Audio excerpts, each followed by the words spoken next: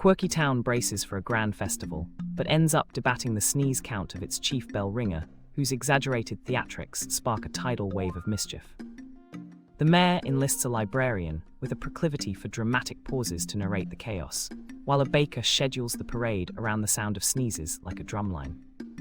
Citizens improvise wild remedies from pepper pots to feather fans, turning the afternoon into a slapstick symphony of accidental diplomacy.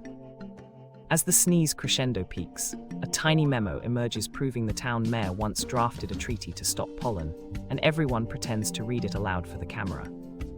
The crowd roars with relief when the wind shifts, and the mild chaos dissolves into shared chuckles and a surprisingly earnest lesson about cooperation.